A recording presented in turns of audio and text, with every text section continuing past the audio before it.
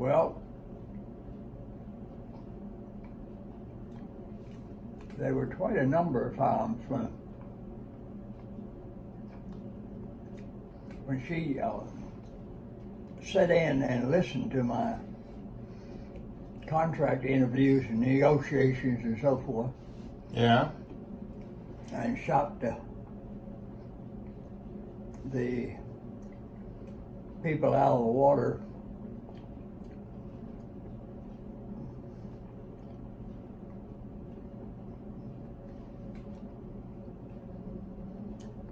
Looking back on it,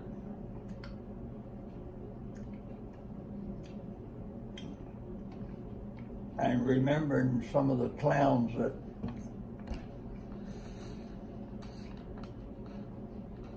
I might have hired,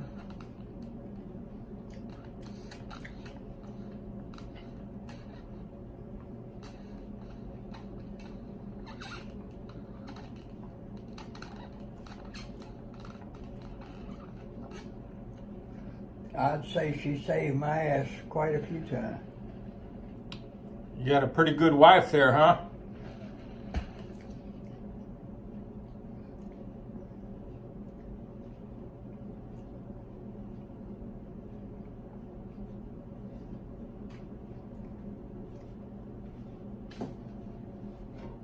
She had skin in the game, Melvin. Huh? She had skin in the game. In other words, if you failed, that meant she failed. Obviously, yeah. And she didn't want you to fail, right? Yeah. She played a lot. So she helped you succeed, huh? Yeah. Be a successful businessman. Yeah, I got the credit, but she should have gotten the credit. Oh, that's a nice story, Melvin. This is what the realtors in Warrenton said when they talked about me. He's the only one that can get anything done. That was my reputation. The only one that can get anything done. Well, the only one that could get anything done. Call Melvin. One of the ways we did it is Dr. Let me say his name in a minute. It wasn't Dr. Hulley because it was a dentist. He was chairman of the planning commission, and he was a dentist in Warrenton. And Myrtle took all the children to him when they needed to work on their teeth. And she and I both went to him. And I was sitting in his chair when he recommended, he says to me, "Why don't you take a look at Warrenton Lakes?" And I told him, "I think it's far too big for me." He said, "Oh, you can handle it." And if he hadn't been encouraging me, I would have never tackled it, because it was about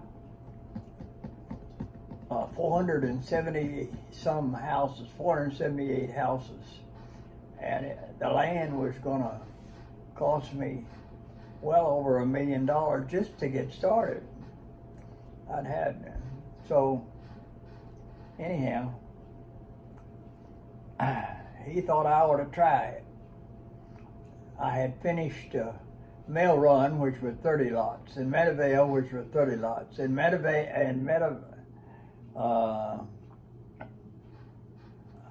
what was the other? I can't remember the name of it, but it was 254 lots.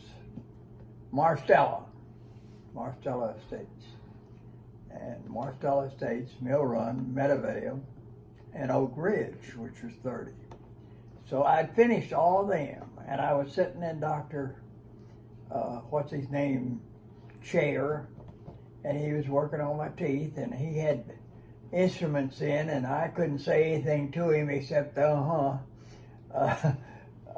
anyhow, he was saying to me, you ought to go ahead and finish Warden Lakes. The people that had started it had went bankrupt, and they owed money to a New York bunch that were not officially a bank, but they had financed him.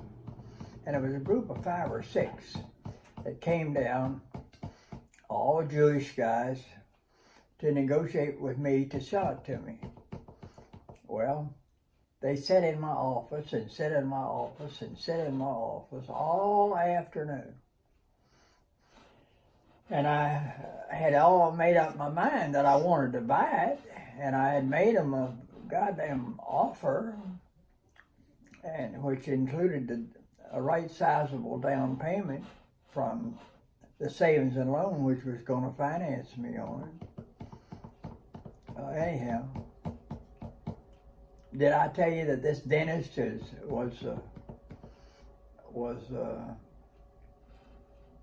I believe his title was chairman of the board of the Fauquier Savings and Loan. He was the one that approved the money to me when I asked him for $4.5 million. Anyhow, that's the story.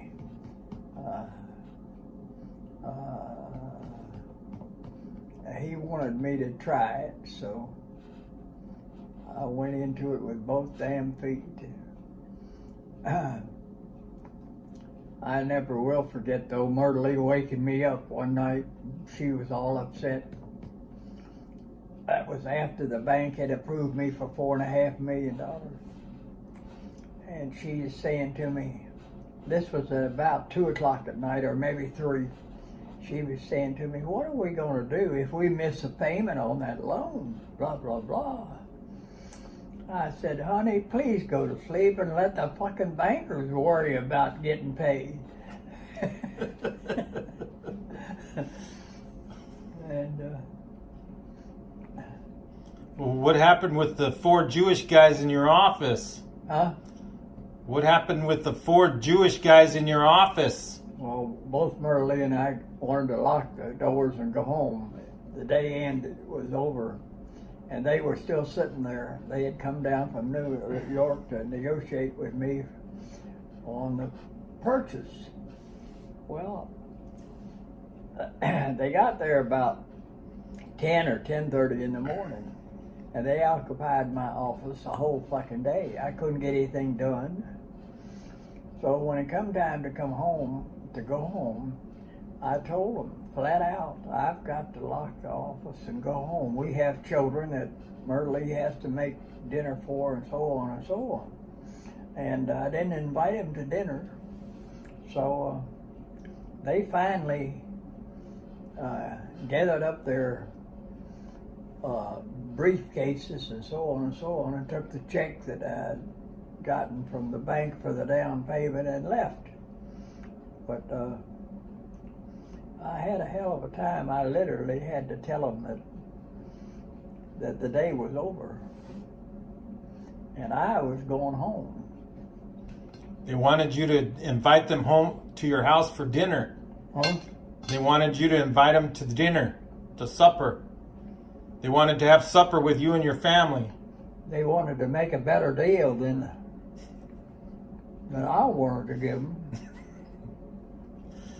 So you made a good deal with them on your behalf, huh? Well, the main point is,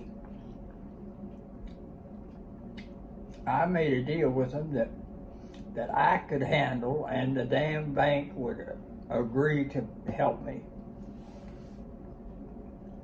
Well, if you had a deal that they wanted to make, I would have probably went bankrupt, and they wouldn't have come out, and I wouldn't have come out.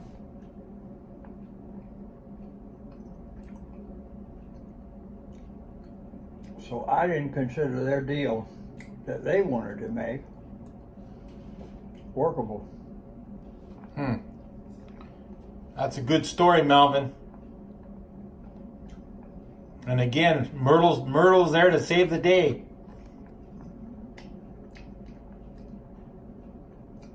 Yeah. You got to close your office because Now, if she'd have said to me, I don't think we ought to do it. It's too big. It's going to be unmanageable. I wouldn't have done it.